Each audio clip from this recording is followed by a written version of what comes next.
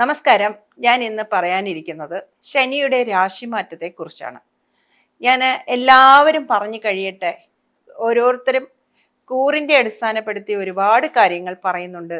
രാജയോഗമെന്നും പിന്നെ റോക്കറ്റ് പോലെ ഉയരുമെന്നും പിന്നെ ആ, നിധി കിട്ടുമെന്നും ഒക്കെ പറയുന്നുണ്ട്. ഇതൊക്കെ ശരിയാണോ എന്ന് നിങ്ങൾ മനസ്സിലാക്കുക. ഓരോ കൂറിൻ്റെ അടിസ്ഥാനപ്പെടുത്തി ആകെ 12 കൂറേ ഉള്ളൂ.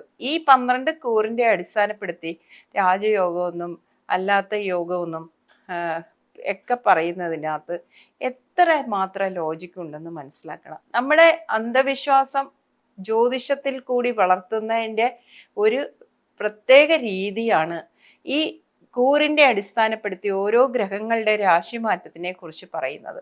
ശനി രാശി മാറുമ്പോൾ 2.5 വർഷം ഒരു രാശിയിൽ നിൽക്കും.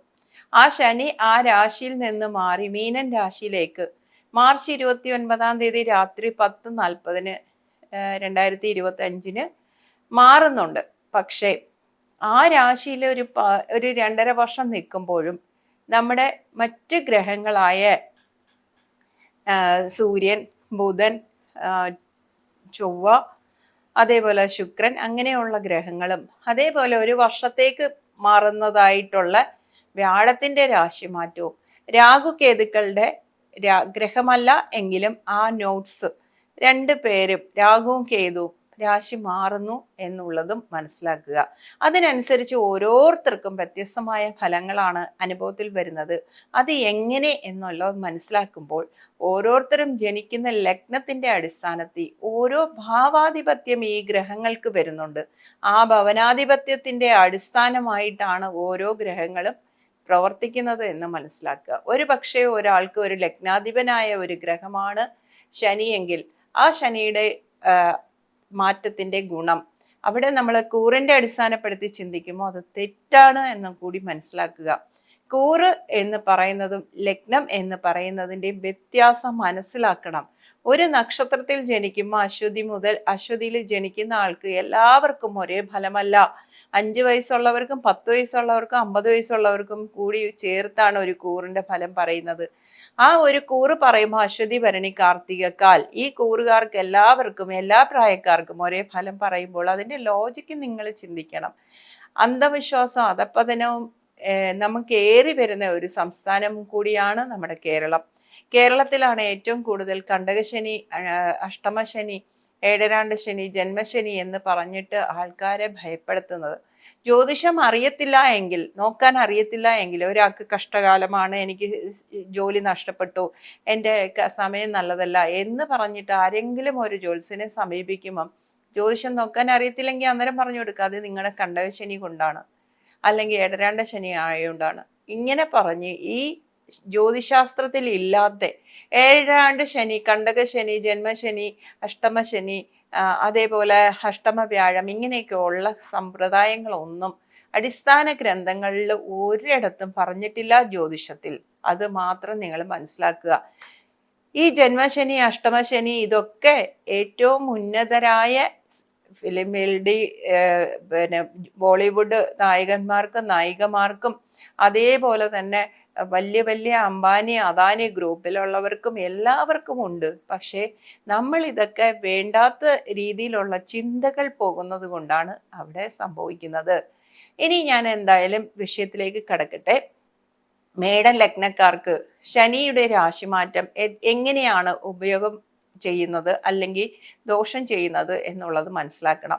മേട ലഗ്നക്കാർക്ക് ലഗ്നാധിപനായ ചൊവ്വ യഥാർത്ഥത്തിൽ ശനി രാശി മാറുന്ന ഈ ഘട്ടത്തിൽ മിഥുനൻ രാശിയിലും കർക്കിടകൻ രാശിയിലുമായിട്ട് വക്രഗതിയിൽ നിൽക്കുന്ന ഒരു സമയമായിരിക്കും. മാർച്ച് മാസം കഴിയുന്നിടം വരെ ആ ഒരു വക്രഗതി മാറുന്നില്ല എന്നുള്ളതും കൂടി. വക്രഗതിയല്ല, ചിങ്ങൻ രാശിയിലേക്ക് പകരുന്നത് ഇടവ മാസത്തിലാണ്. ഇടവം 24-ലാണ് ചിങ്ങമാസത്തിലേക്ക് പകരുന്നത്. ആ ഒരു കാലഘട്ടം വരെ മേടലഗ്നക്കാർക്ക് അല്പ ലഗ്നാധിപന്റെ ഗുണാധിക്യം കുറവായോണ്ട് ഒരു ബുദ്ധിമുട്ടും ഉണ്ട്. അതുകൊണ്ട് 12ലേക്ക് ശനി സഞ്ചരിക്കുന്ന ഒരു സമയമാണ് എന്ന് വിചാരിച്ച് തെറ്റിദ്ധരിക്കരുത്. 12ലേക്ക് ശനി സഞ്ചരിക്കുമ്പോൾ ഒരു സ്ഥാനഭ്രംശം, തൊഴിൽപരമായിട്ടൊരു സ്ഥാനഭ്രംശം ഉണ്ടായേക്കാം. തൊഴിൽ കാരകനാണ് ശനി. ജോലി സംബന്ധമായിട്ട് ഒരു സ്ഥാനക്കയറ്റം ഉണ്ടാകാം, ഒരു പക്ഷേ ഒരു രാജ്യം വിട്ട് അന്യ രാജ്യത്തിലേക്ക് പോകാം, അല്ലെങ്കിൽ പരദേശ ബന്ധമുണ്ടായേക്കാം. തൊഴിൽപരമായിട്ട് അഭിവൃദ്ധി കൊടുക്കുന്ന ഒരു കാലഘട്ടം കൂടിയാണ്. ഈ വ്യാഴത്തിൻ്റെയും ചൊവ്വയുടെയും ഒക്കെ ലഗ്നാധിപന്റെയും ഒക്കെ രാശിമാറ്റം കഴിയുമ്പോൾ വളരെ ഉത്തമമായിട്ടൊരു കാലഘട്ടം തന്നെയാണ്. എന്നാൽ ആരോഗ്യപരമായിട്ട് എന്തെങ്കിലും ബുദ്ധിമുട്ടുകൾ ഉണ്ടായേക്കാം. പക്ഷെ സർവീസ് മേഖലയിൽ കൂടി അധികം പുഷ്ടി ഉണ്ടാകാനുള്ള യോഗമുണ്ട്. കർമ്മത്തിൽ കൂടി ധനം വരാനുള്ള ഒരു സാഹചര്യവും കൂടി ഈ ഒരു കാലഘട്ടത്തിൽ മേടലഗ്നക്കാർക്ക് ഉണ്ടാകുന്നു ശനിയുടെ രാശിമാറ്റം കൊണ്ട്. ശനി യഥാർത്ഥത്തിൽ വ്യാഴത്തിന്റെ രാശി മാറി വരുന്നത് വ്യാഴത്തിന്റെ രാശിയിലായതുകൊണ്ട്, രാശി മാറി വരുന്നത് വ്യാഴത്തിന്റെ രാശിയിലായതുകൊണ്ട് അധികം ദോഷം ചെയ്യത്തില്ല എന്ന് മാത്രമല്ല, കുറച്ച് സപ്പോർട്ടീവായിട്ടുള്ള ഒരു കാലഘട്ടം കൂടിയായിരിക്കും. അതേപോലെ തന്നെ എന്തെങ്കിലും ആരോഗ്യ സൗഖ്യക്കുറവ് അല്ലെങ്കിൽ സ്വന്തം ഗൃഹത്തെ വിട്ട് വേർപെട്ട് നിൽക്കാനോ മാതാപിതാക്കൾ നിന്ന് അകന്ന് നിൽക്കാനോ ഒക്കെ അല്ല ഒരു കാലഘട്ടമായിരിക്കാം. അതേപോലെ തന്നെ എന്തെങ്കിലും ഗവേഷണ വിദ്യയ്ക്ക് വേണ്ടിയിട്ട് തയ്യാറെടുക്കുന്നവർക്ക് അനുകൂലമായിട്ടുള്ള ഒരു കാലഘട്ടം കൂടിയാണ്. അതുപോലുള്ള ഒരു തൊഴിൽ ചെയ്യുന്നവർക്ക്, അതായത് വൈദ്യമേഖല, റിസർച്ച് മേഖലയുമായിട്ട് ബന്ധപ്പെടുന്നവർക്ക്, അതേപോലെ ഉള്ള മേഖലയിൽ നിൽക്കുന്നവർക്ക് അനുകൂലമായിട്ടുള്ള സമയം തന്നെയാണ്. പിന്നെ ഏഴര ശനി, കണ്ടകശനി, അഷ്ടമശനി എന്നുള്ള കാര്യങ്ങളൊന്നും ഇവിടെ ചിന്തിക്കേണ്ട ആവശ്യമില്ല. തൊഴിൽക്കാരകനായ ശനി ആയതുകൊണ്ട് തൊഴിൽപരമായിട്ടുള്ള മാറ്റം, പുഷ്ടി, അത് ഓരോ ലഗ്നത്തിന്റെ അടിസ്ഥാനപ്പെടുത്തി തന്നെ ആയിരിക്കും അതിന്റെ അനുകൂലമായിട്ടും പ്രതികൂലമായിട്ടുള്ള ഫലങ്ങൾ അനുഭവത്തിൽ വരുന്നത്. മേടലഗ്നക്കാർക്ക് എന്തായാലും ശനിയുടെ രാശിമാറ്റം അത്ര കണ്ട് ദോഷമായിരിക്കത്തില്ല. പിന്നെ ആരോഗ്യ പ്രശ്നങ്ങൾ, വാദസംബന്ധമായുള്ള പ്രശ്നങ്ങൾ എല്ലാം ചെറിയ രീതിയിൽ വന്ന് മറയാനുള്ള ഒരു സാഹചര്യവും കൂടിയുണ്ട്. ഇനി ഇടവലഗ്നക്കാരുടെ കാര്യം പറയുകയാണെങ്കിൽ, ഇടവലഗ്നക്കാർക്ക് കർമാധിപനും ഭാഗ്യാധിപനും കൂടിയായ ശനി ലാഭസ്ഥാനത്തേക്ക് വരികയാണ്. ചെറിയ രീതിയിലുള്ള അലസതയൊക്കെ ഉണ്ടാവുമെങ്കിലും ധനപരമായിട്ടുള്ള വർധനവ് ഉണ്ടാകാൻ യോഗമുള്ള സമയം തന്നെയാണ്. അതേപോലെ സന്താനങ്ങൾ മുഖാന്തരം അഭിവൃദ്ധി, സന്താനങ്ങൾ ദൂരദേശത്ത് പോയി ജോലി ചെയ്യാനോ അവർ മൂലമുള്ള ഒരു അഭിവൃദ്ധിയോ സന്താനങ്ങൾക്ക് എന്തെങ്കിലും നേട്ടങ്ങൾ ഉണ്ടാകുകയോ ഒക്കെ ചെയ്യാനുള്ള സാഹചര്യം ഈ കാലഘട്ടത്തിൽ തന്നെ വ്യാഴൻ രാശി മാറുന്നു, രാഹു രാശി മാറുന്നു. അതിനോടൊപ്പം തന്നെ 12ാം ഭാവാധിപനും 7ാം ഭാവാധിപനുമായ ചൊവ്വ രാശി മാറുന്നു ഇടവലഗ്നക്കാർക്ക്. അതേപോലെ ലഗ്നാധിപനായ ശുക്രൻ പല രാശികളിൽ കൂടി സഞ്ചരിക്കുന്നു. ബുധൻ 2ഉം 5ഉം ഭാവാധിപനായ ബുധൻ പലയിടങ്ങളിൽ കൂടി സഞ്ചരിക്കുന്നു. അതേപോലെ സൂര്യന്റെ 4ാം ഭാവാധിപനായ സൂര്യന്റെ സ്ഥിതിയും എങ്ങനെയാണോ അതിനനുസരിച്ച് ഓരോ ഫലങ്ങൾക്കും അനുകൂലമായിട്ട് വരുന്നു. പക്ഷെ ശനിയുടെ രാശിമാറ്റം കർമ്മ സംബന്ധമായിട്ട് ഒരു പ്രൊമോഷൻ അല്ലെങ്കിൽ അഭിവൃദ്ധി, കുറച്ചും കൂടി ഉയർന്ന ഒരു പോസ്റ്റ്, അല്ലെങ്കിൽ അതിൽ കൂടി ലാഭം, അങ്ങനെയുള്ള കാര്യങ്ങൾ കിട്ടാനുള്ള ഒരു യോഗം അനുകൂലമായിട്ട് വരുന്നുണ്ട്. പിന്നെ അതുപോലെ തന്നെ സന്താനങ്ങൾ മുഖാന്തരം ലാഭമുണ്ടാകാനോ വീട്, വാഹനം മുതലായ കാര്യങ്ങൾക്ക് അഭിവൃദ്ധി ഉണ്ടാവാനോ ഒക്കെ യോഗമുള്ള ഒരു കാലഘട്ടം കൂടിയാണ്. പിന്നെ അതേപോലെ കളത്രഭാവത്തിൽ നിന്ന്, കളത്രത്തിന്റെ സൈഡിൽ നിന്നും അനുകൂലമായിട്ടുള്ള കാര്യങ്ങൾ അനുഭവത്തിൽ വരാം. യാത്രയിൽ കൂടി ലാഭമുണ്ടാകാം. ദൂരദേശത്തേക്ക് പരദേശത്തേക്ക് യാത്രയോ മറ്റു കാര്യങ്ങളോ വന്നു ചേരാവുന്ന ഒരു കാലഘട്ടം കൂടിയാണ്. അതുപോലെ തന്നെ മിഥുന ലഗ്നക്കാർക്ക് ഭാഗ്യാധിപനും അഷ്ടമാധിപനും കൂടിയായ ശനി 10ൽ കൂടി സഞ്ചരിക്കുന്ന സമയമാണ്. കർമ്മസംബന്ധമായിട്ടുള്ള പുഷ്ടി നല്ല രീതിയിൽ ഉണ്ടാകാം, കർമ്മസംബന്ധമായിട്ട് അഭിവൃദ്ധി ഉണ്ടാകാം. റിസർച്ച് മേഖലയിൽ പ്രവർത്തിക്കുന്നവർക്ക് അനുകൂലമായിട്ടുള്ള ഒരു കാലഘട്ടമാണ്. ധനപരമായിട്ട് കർമ്മത്തിൽ കൂടി ധനം വരാനുള്ള ഒരു യോഗം, പിതൃവഴിയോ ഒക്കെയുള്ള ഭാഗ്യം അനുകൂലമായിട്ട് വരാനുള്ള യോഗമുള്ള കാലഘട്ടമാണ്. ആ സമയത്ത് ലഗ്നാധിപന്റെ സ്ഥിതി ഏതൊക്കെ രാശിയിൽ കൂടി സഞ്ചരിക്കുന്നോ അതിനനുസരിച്ചും കൂടി മറിച്ച് ചിന്തിക്കണം. ഇനി ഏറ്റവും പ്രധാനമായിട്ട് ലഗ്നത്തിലേക്ക് വ്യാഴം വരുന്ന ഒരു കാലഘട്ടവും കൂടിയാണ്. അപ്പൊ കർമാധിപൻ കൂടിയായ വ്യാഴം ലഗ്നത്തിൽ വരുന്നതും അനുകൂലമായിട്ട് വരുന്നുണ്ട്. പക്ഷെ കളത്രവുമായിട്ട് ചില അഭിപ്രായ വ്യത്യാസമോ വേർപെടിയിലോ ഏതെങ്കിലും ഒരു കാലഘട്ടത്തിൽ ഉണ്ടായേക്കാം. എന്നാൽ ദൂരദേശത്തേക്ക് യാത്ര വേണ്ടി വന്നിട്ട് അതേപോലെ ഏതെങ്കിലും അവസ്ഥകൾ ഉണ്ടാകാനും ഉള്ള സാധ്യതയാണ് കാണുന്നത്. പിന്നെ ഏറ്റവും പ്രധാനമായിട്ട് 6-ാം ഭാവത്തിന്റെ ത്രികോണത്തിൽ കൂടി സഞ്ചരിക്കുന്ന ഒരു സമയമായതുകൊണ്ട് സർവീസ് മേഖലയിൽ കൂടി അഭിവൃദ്ധിയും ഉയർച്ചയും സ്ഥാന കയറ്റവും ഉണ്ടാകാനുള്ള സാധ്യതയുണ്ട്. എന്നാൽ ആരോഗ്യപരമായിട്ട് എന്തെങ്കിലും ചെറിയ പ്രശ്നങ്ങൾ ഉണ്ടാകാനോ ഒരു സുഖക്കുറവ് അനുഭവപ്പെടാനോ ഒക്കെ ഇടയ്ക്ക് ഈ 2.5 വർഷക്കാലം ഒരുപോലെ ആയിരിക്കത്തില്ല. ഇടയ്ക്ക് എന്തെങ്കിലും അനുകൂലമായിട്ടുള്ള അവസ്ഥകൾ പ്രതികൂലമായിട്ടുള്ള അവസ്ഥകളും ഉണ്ടായേക്കാം. കാരണം വ്യാഴം ലഗ്നത്തിൽ നിന്ന് 2ലേക്ക് മാറുന്ന സമയത്ത് അനുകൂലമായിട്ടുള്ള അവസ്ഥ തന്നെ ഉണ്ടാകും. അതേപോലെ തന്നെ ആരോഗ്യപരമായിട്ടുള്ള പ്രശ്നങ്ങൾക്ക് അതിൻ്റെതായ ഗ്രഹങ്ങൾ 6-ാം ഭാവാധിപനായ ചൊവ്വ അനിഷ്ടസ്ഥാനത്തോടെ സഞ്ചരിക്കുമ്പോഴൊക്കെ അതിൻ്റെ ദോഷഫലം കൂടി ചേർത്ത് വേണം ചിന്തിക്കാൻ. അപ്പോൾ എല്ലാ ഗ്രഹങ്ങളും രാശി മാറുന്നതിനോടൊപ്പം ശനി രാശി മാറുന്നതോടൊപ്പം തന്നെ മറ്റു ഗ്രഹങ്ങളുടെ രാശിമാറ്റത്തിന്റെയും അനുകൂലാവസ്ഥയും പ്രതികൂലാവസ്ഥയും കൂടി ചേർത്ത് വേണം ചിന്തിക്കാൻ. അപ്പോഴാണ് നമ്മൾ ശ്രദ്ധിക്കുന്നത് എന്തെങ്കിലും ഒരു ബുദ്ധിമുട്ട് വന്നാൽ അത് കണ്ടകശനി ആയതുകൊണ്ട് വന്നതാണ്, അല്ലെ ഏഴരണ ശനിയായിട്ട് വന്നതാണെന്ന് ചിന്തിക്കും. അപ്പോൾ നമ്മളുടെ യഥാർത്ഥത്തിൽ ഭാവചിന്തന ഡൈവേർട്ട് ആവുകയാണ് ചെയ്യുന്നത്. ഈ കൂറിന്റെ അടിസ്ഥാനപ്പെടുത്തിയുള്ള രാശിമാറ്റത്തിന്റെ ഫലം എല്ലാം കേട്ട ആൾക്കാർ യഥാർത്ഥ ചിന്തിക്കാനുള്ള ഒരു ബോധം നഷ്ടപ്പെട്ടുള്ള അവസ്ഥയിൽ വന്നിരിക്കുകയാണ്. ഇനി ഏറ്റവും കൂടുതൽ ചിന്തിക്കേണ്ടത് വിഷ്ണുവിനെ പ്രീതിപ്പെടുത്തുക, ശിവനെ പ്രീതിപ്പെടുത്തുക, ഇതൊക്കെയാണ് ഈ ഒരു കാലഘട്ടത്തിൽ രണ്ട് ഗ്രഹങ്ങളുടെ, രാഹുവിൻ്റെ ആയാലും കേതുവിൻ്റെ ആയാലും അതേപോലെ തന്നെ ശനിയുടെയും വ്യാഴത്തിൻ്റെയും ഒക്കെ ദീർഘകാലത്തിന്റെ രാശിമാറ്റത്തിന്റെ ഗുണദോഷ സമ്മിശ്രമായിട്ടുള്ള ഫലങ്ങൾ നമ്മൾ ചിന്തിക്കുമ്പോൾ ചെയ്യേണ്ടത്. ഇനി അതേപോലെ കർക്കിടക ലഗ്നക്കാർക്ക് ഏറ്റവും അനുകൂലമായിട്ടുള്ള ഒരു സ്ഥലത്തേക്കാണ് ശനി രാശി മാറുന്നത്. 7-ാം ഭാവാധിപനും അഷ്ടമാധിപനും കൂടിയായ ശനി യഥാർത്ഥത്തിൽ 9ലേക്ക് വരികയാണ്. 9-ാം ഭാവത്തിലേക്ക് വരുന്ന ശനി ഭാഗ്യസ്ഥാനത്ത് നിൽക്കുന്നു എന്നുള്ളത് ശ്രദ്ധിക്കണം.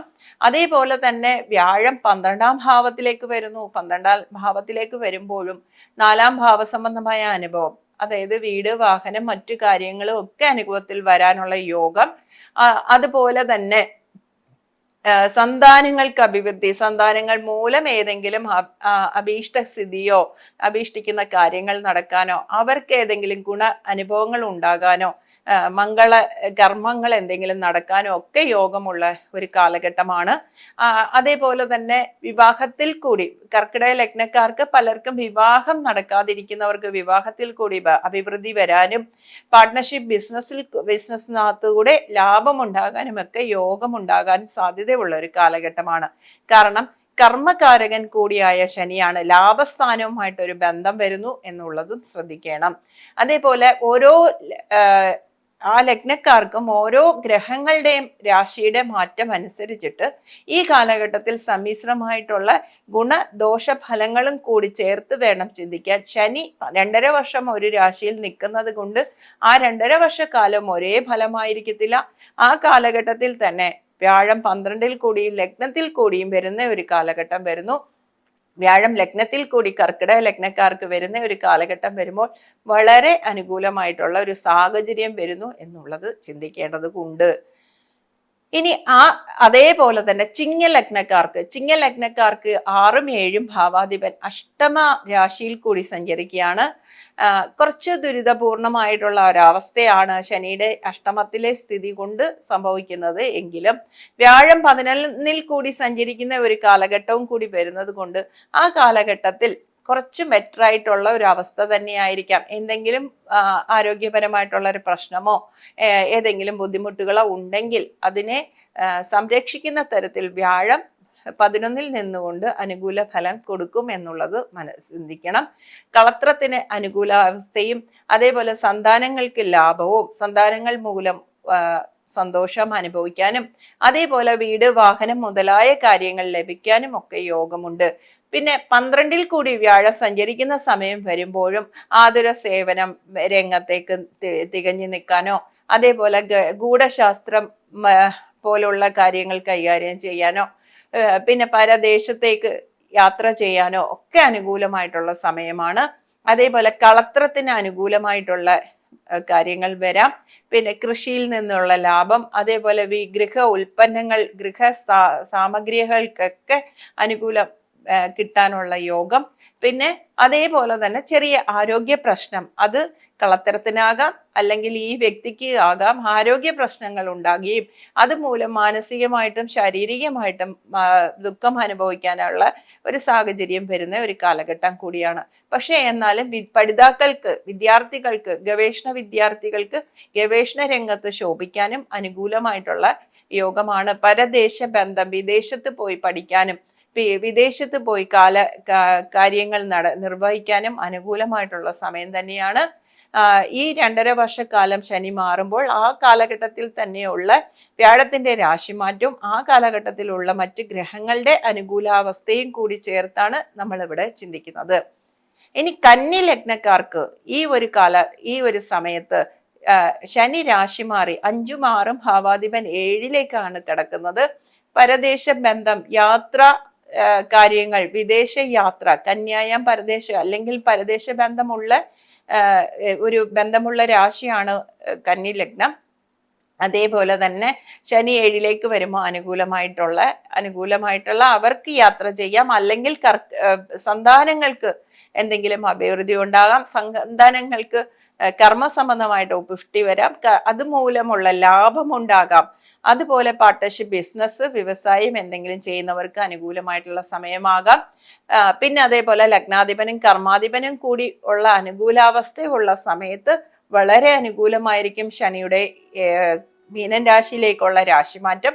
അതേപോലെ തന്നെ വ്യാഴം 10ലേക്ക് കടക്കുന്ന ഒരു സമയം, സ്ഥാന കയറ്റത്തിന് ഒരു സാഹചര്യം ഉണ്ടാകുന്നു.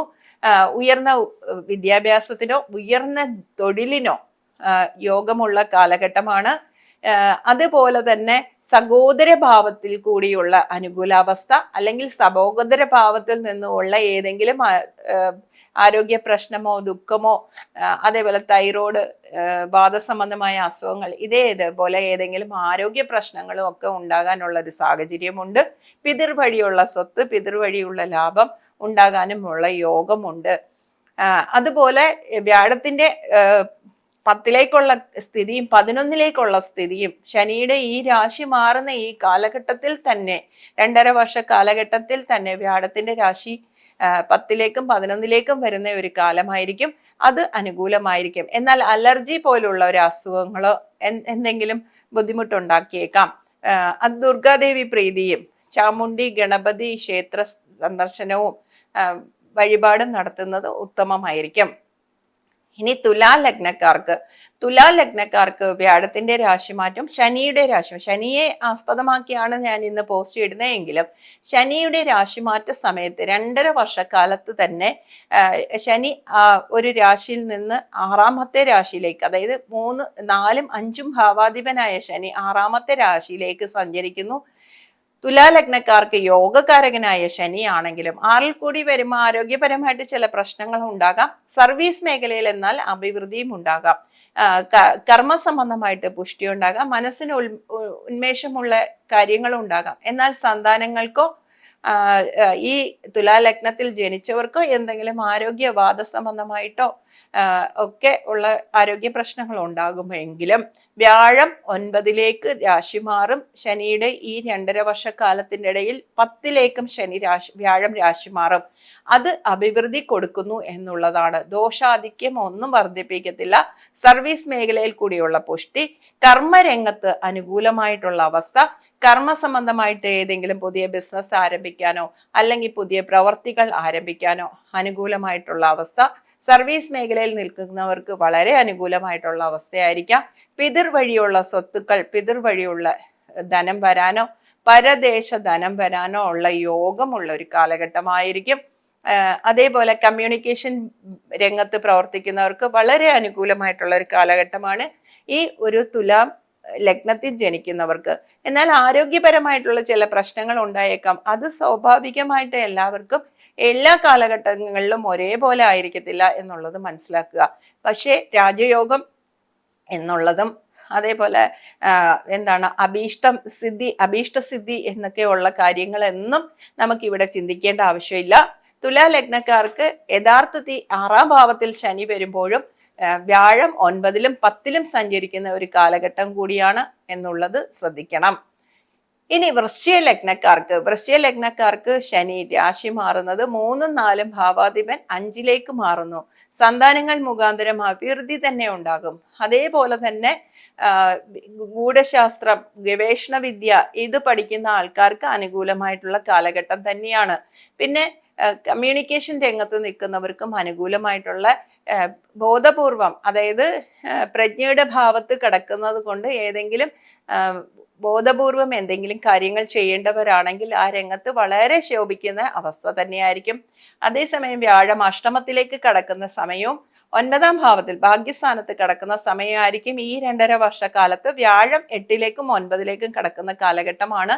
ആ സമയം ആകുമ്പോഴത്തേക്ക് വൃശ്ചിക ലഗ്നക്കാർക്ക് വ്യാഴത്തിന്റെ സ്ഥിതി കൊണ്ട് 2ാം ഭാവത്തിന്റെ കേന്ദ്രത്തിലേക്കാണ് വന്നിരിക്കുന്നത്. അതുകൊണ്ട് ഗവേഷണ വിദ്യ പോലുള്ള കാര്യങ്ങൾക്കും വീട്, വാഹനം മുതലായ അഭിവൃദ്ധിക്കും അനുകൂലമായിട്ടുള്ള സമയമായിരിക്കും. സന്താനങ്ങൾ മുഖാന്തരം അഭിവൃദ്ധി ഉണ്ടാകാം. സന്താനങ്ങൾക്ക് ദൂരദേശ യാത്രയോ വിദേശ യാത്രയോ ഒക്കെ ഉണ്ടായിരിക്കാം. അതേപോലെ ലഗ്നാധിപന്റെ ഇഷ്ടസ്ഥിതിയും അനിഷ്ടസ്ഥിതിയും കൂടി പരിഗണിച്ച് വേണം ഈ വൃശ്ചിക ലഗ്നക്കാർക്ക് ശനി രാശി മാറുന്നതും രാഹുകേതുക്കൾ രാശി മാറുന്നതും വ്യാഴത്തിന്റെ രാശിമാറ്റവും എല്ലാം ചേർത്ത് ചിന്തിക്കേണ്ടത് എന്നുള്ളത് മനസ്സിലാക്കുക. അതുപോലെ തന്നെ ധനു ലഗ്നക്കാർക്ക് വ്യാഴം ലഗ്നാധിപനാണ്. അതേപോലെ വ്യാഴത്തിന്റെ രാശിയിലാണ് ശനി മാറുന്നത്. സുഖസ്ഥാനത്തേക്ക് മാറുന്നത് കൊണ്ട് ആരോഗ്യപരമായിട്ട് ചെറിയ ബുദ്ധിമുട്ടുകൾ ഉണ്ടാക്കിയേക്കാം. എങ്കിലും പരദേശ ബന്ധത്തിന് വളരെയേറെ ബലമുണ്ടാകുന്നു. കർമ്മരംഗത്ത് വളരെയേറെ പുഷ്ടി ഉണ്ടാകുന്നു എന്നുള്ളത് ശ്രദ്ധിക്കേണ്ടതായിട്ട് വരുന്നു. അതേപോലെ ഗൂഢശാസ്ത്രം പഠിക്കാനോ അല്ലെ ഗവേഷണ വിദ്യയ്ക്ക് വേണ്ടിയിട്ട് ഇറങ്ങാനോ അതേപോലെ തന്നെ സന്താനങ്ങൾ മുഖാന്തരം അഭിവൃദ്ധി ഉണ്ടാകാനോ യോഗമുള്ള ഒരു കാലഘട്ടമാണ്.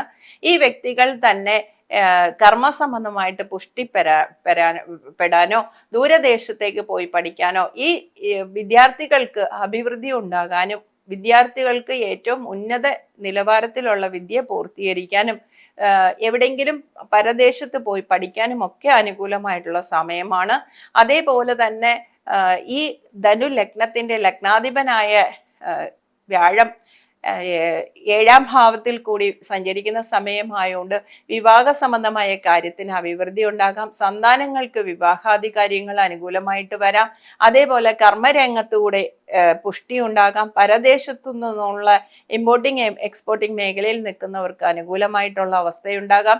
അതേപോലെ തന്നെ ഗവേഷണ മേഖലയിൽ പ്രവർത്തിക്കുന്നവർക്ക് അനുകൂലമായിട്ടുള്ള അവസ്ഥയുണ്ടാകാം. ഇതൊക്കെ കൂടാതെ പിന്നെ ആരോഗ്യപരമായിട്ട് ചെറിയ പ്രശ്നങ്ങൾ, വാദസംബന്ധമായിട്ട് കഫസംബന്ധമായിട്ട് അസുഖങ്ങളും ഉണ്ടാകാം. വ്യാഴം അഷ്ടമത്തിൽ കൂടി സഞ്ചരിക്കുന്ന ഒരു സമയം കൂടി ഈ ശനിയുടെ 2.5 വർഷക്കാലത്തിന്റെ രാശിമാറ്റ സമയത്ത് ഉണ്ടാകുന്നു.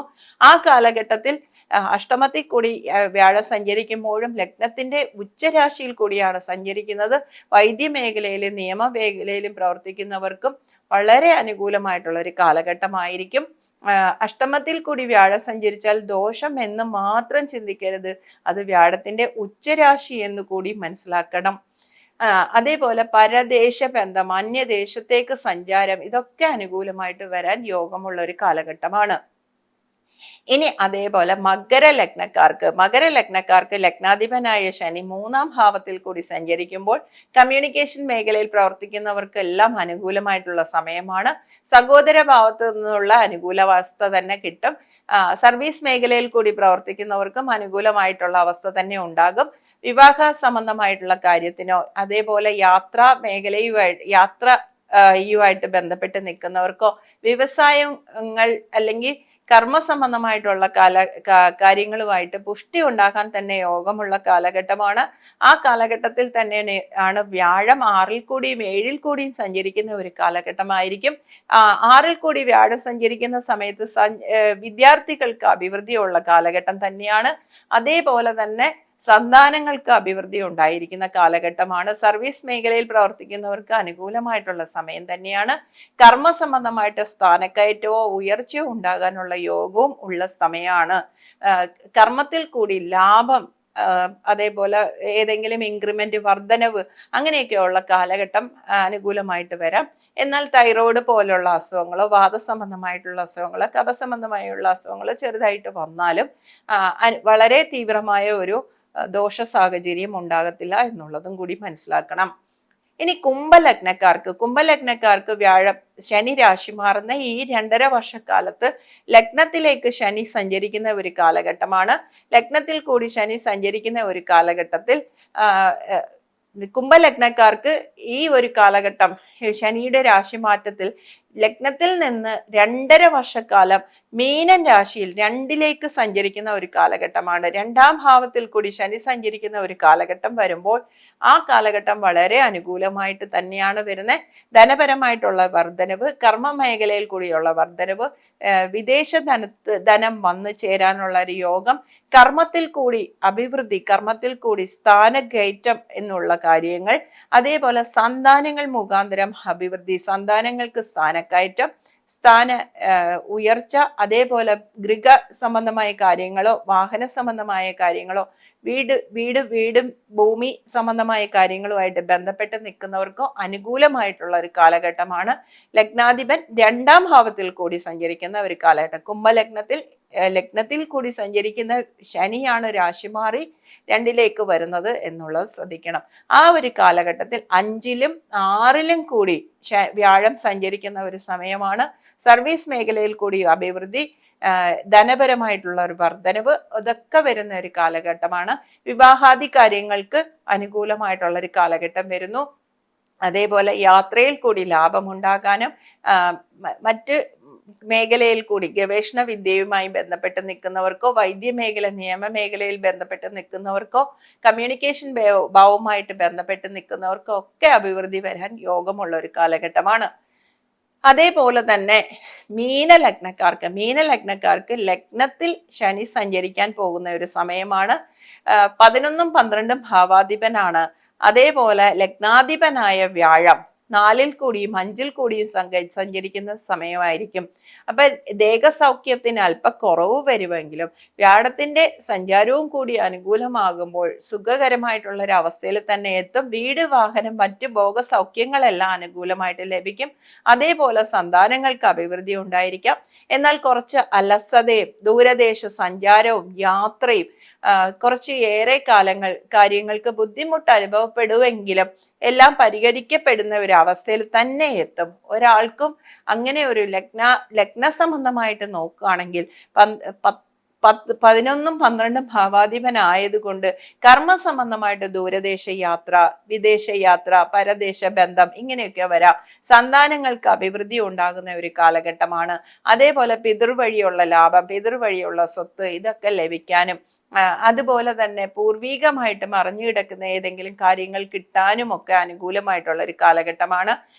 അതേപോലെ കളത്രത്തിന് ലാഭം, കളത്രം മുഖാന്തരം ഉള്ള അനുകൂലാവസ്ഥ, അതേപോലെ അന്യദേശത്തിൽ നിന്ന് ധനം വരുന്ന ഒരു സാഹചര്യം, കർമ്മം, അതേപോലെ കർമ്മ മേഖല, വ്യവസായ മേഖലയ്ക്ക് പുഷ്ടി വരാനുള്ള ഒരു സാഹചര്യം, അതുപോലെ തന്നെ ഗൂഢശാസ്ത്രം പഠിക്കാനോ ഗവേഷണ വിദ്യയുമായിട്ട് ബന്ധപ്പെട്ട് പോകാനോ ഗവേഷണ സെഗ്മെന്റിൽ വർക്ക് ചെയ്യുന്നവർക്ക് അനുകൂലമായിട്ടുള്ള സാഹചര്യം വരാനോ യോഗമുള്ള ഒരു സമയമാണ് ഈ ഒരു കാലഘട്ടം എന്നുള്ളത് മനസ്സിലാക്കുക.